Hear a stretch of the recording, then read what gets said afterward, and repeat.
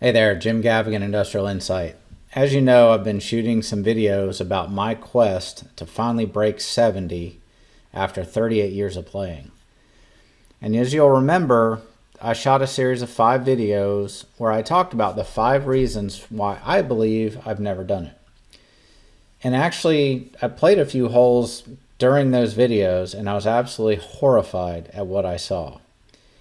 And it brought me back to a couple of things that I wanted to share with you guys.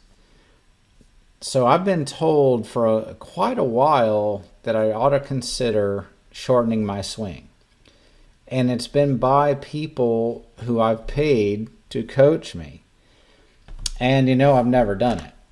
And actually what's very interesting also is that someone that I play with regularly on Thursday afternoons, one of my neighbors down the road, a guy by the name of Paul Shesterenko, he actually noticed something in my swing the other day.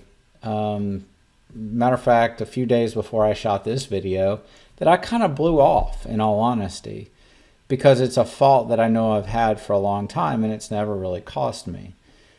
But when I actually started to really look at this, and then I went back through some old videos, this problem actually has probably plagued me for quite some time and kept me from reaching my goals. So a couple of things I'm going to talk about. I'm going to do a quick analysis of my swing. I'll tell you what I'm looking at. But I also want to talk a little bit about mentorship, coaching, and stubbornness. So bear with me while I analyze my swing here for a second. I'm going to show you what I'm looking at. Okay. So one of the things that has been a flaw of mine, this was that first tee shot that I hit on number 11. And I wasn't very loose, so this really probably contributed to the problem, but it wasn't the only problem. Every golfer will find excuses as to why they didn't hit a good shot. Well, there's some things physically going on here I'm going to talk about, but there's also a flaw here that I'm going to try to work on correcting. So let me run this thing forward. I'm going to have this in slow motion. So I get right here at the top. And one thing that I've struggled, and I remember a teacher that I used to take video lessons from in Colorado probably 10 years ago. I remember him telling me, he said, Jim, you have a nice shoulder turn, which is right about there. Okay, maybe there. And he said, but the problem is your arms keep going. Okay. And he said, what that's going to do is that's going to cause some timing problems as you come down. Okay, and as you see, my left heel is very active here. My knee is kicked straight out, which is pretty unusual for me. Didn't notice that I was doing that. And now here's where all this kind of manifests itself. So as I come back down, okay, right there, I am in the classic stuck position that a lot of good players get in. My hips have started to rotate toward the ball. Okay, my hands are behind where my hips are, and now my hands are furiously trying to catch up. Now, if I had a little shorter swing, I probably wouldn't be in this position. Okay, so let me see if I can click through. Okay, so now if you look, let me back up one frame.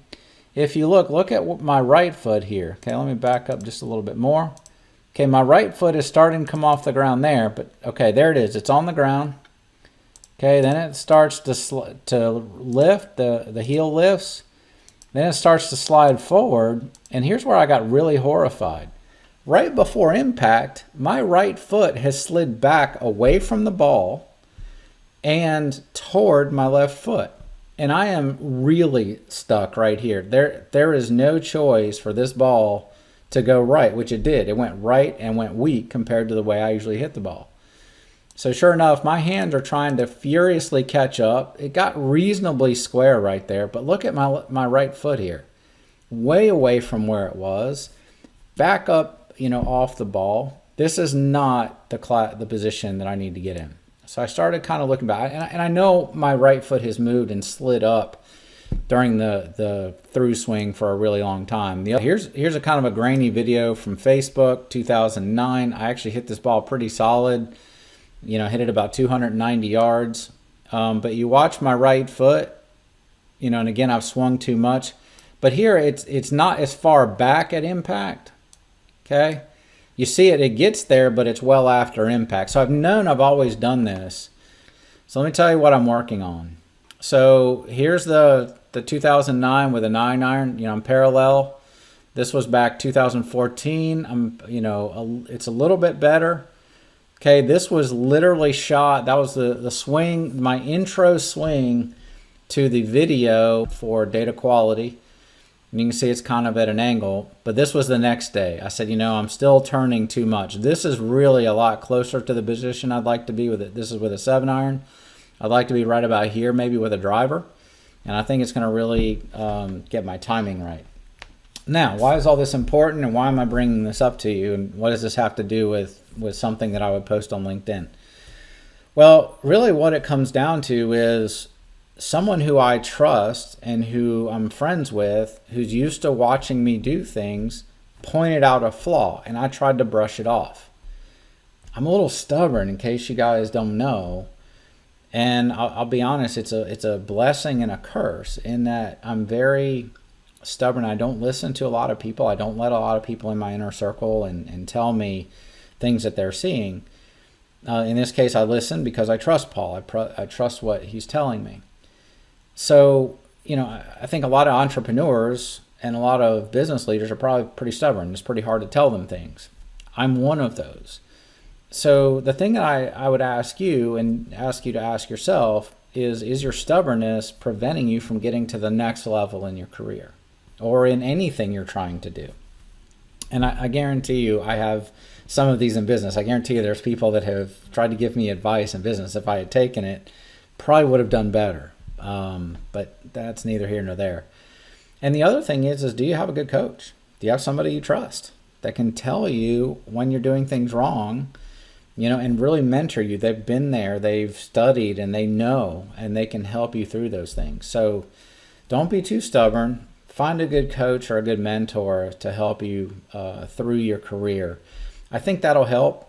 And that's something I'm working on here with the golf swing. And I'm probably going to take a few video lessons again. I'm going to make this little shorter swing change and try to really get my hips and shoulders synchronized a little bit on the downswing. And if I'm really not doing that as well as I would like, then I'll take some lessons. But first time out, after seeing these videos and making that change, I went out and shot a 1-under par 71 on a course I'd never seen before. So it's a move in the positive direction, but let's just see how far I can take it before I've got to ask for more help. Anyway, hope it helps. Hope it wasn't too detailed on the golf side, but hope you enjoyed as well and it helps you.